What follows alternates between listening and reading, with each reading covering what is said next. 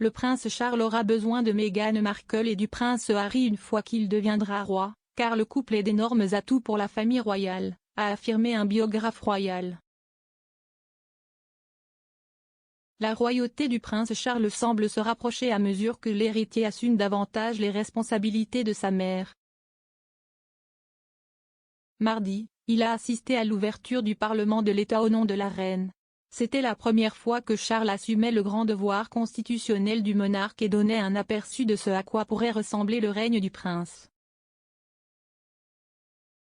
Charles a été rejoint par sa femme, Camilla, duchesse de Cornouailles, et son fils, le prince William, qui sont tous deux appelés à assumer des rôles centraux au sein de l'entreprise sous sa royauté. Camilla sera nommée reine consort, tandis que William prendra le titre de son père en tant que prince de Galles. Le père et le fils devraient travailler en étroite collaboration une fois qu'ils assumeront leurs nouvelles fonctions dans la monarchie. Le prince de Galles est connu pour souhaiter une monarchie allégée et y a effectivement travaillé ces dernières années. Cependant, après la démission du prince Andrew, la mort du prince Philippe, la sortie de choc du prince Harry et de Meghan Markle et la récente mauvaise santé de la reine, la famille royale est devenue plus dépendante des membres non seniors.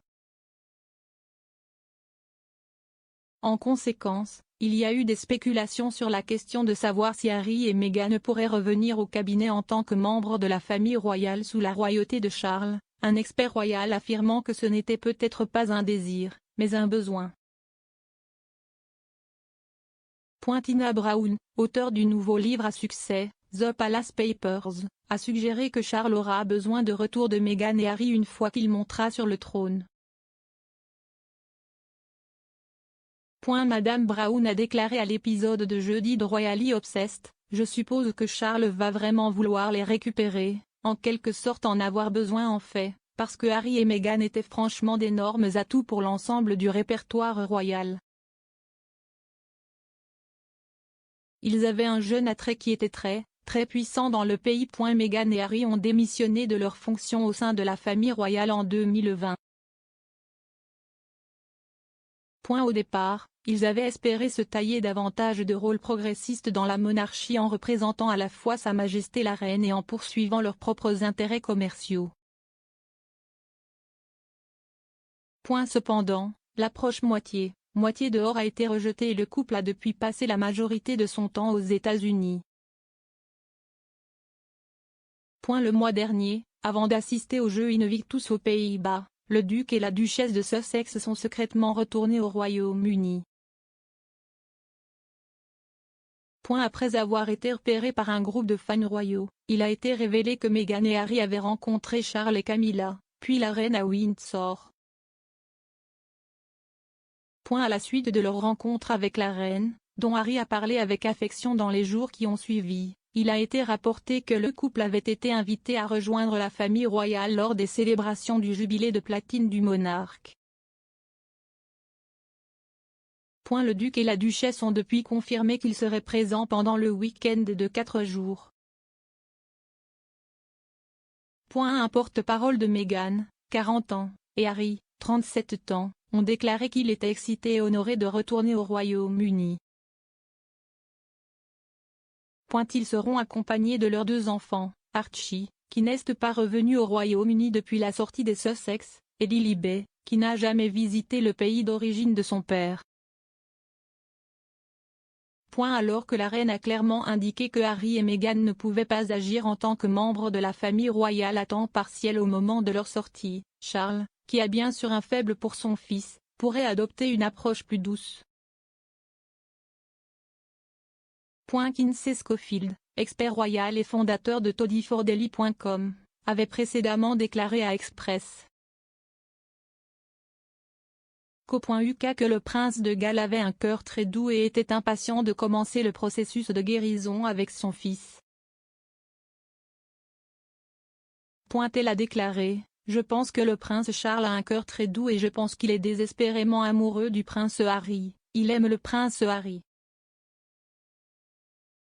Il n'aime pas ses actions mais le prince Harry est son ADN et il fait mal quand il ne parle pas, Il fait mal quand les choses ne sont pas sur la bonne voie et je pense qu'il a hâte de commencer le processus de guérison.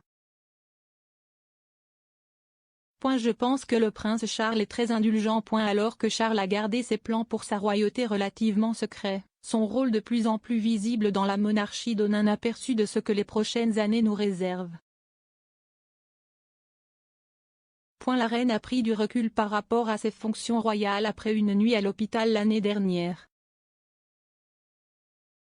Ses engagements publics sont extrêmement limités et la monarque s'acquitte généralement de toutes ses obligations depuis son domicile au château de Windsor.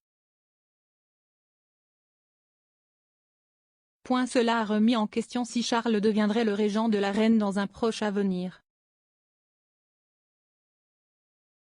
Compte tenu de ses responsabilités, le prince de Galles a été décrit comme régent en tout sauf en nom. Afin de faire de Charles prince régent, la reine devrait invoquer le Regency Act 1937, qui stipule que les fonctions du monarque seront exercées par un régent si le monarque est déclaré incapable d'exercer des fonctions royales. Alors que certains experts ont affirmé que l'acte pourrait être déclenché dans l'année, d'autres estiment que Sa Majesté est toujours très aux commandes.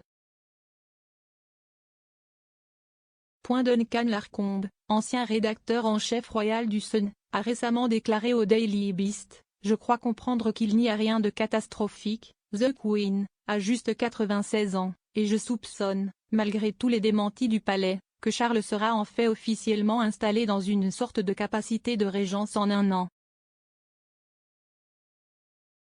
Mardi a tout changé. La reine n'a vraiment pas d'autre choix si elle est continuellement incapable de remplir son rôle de chef de l'État.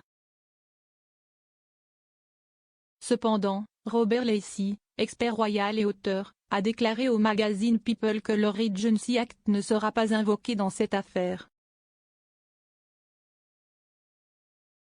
Il a déclaré, demander à son fils, Charles, et William d'y assister est clairement une question de succession, de mettre l'accent sur un partenariat et le travail d'équipe.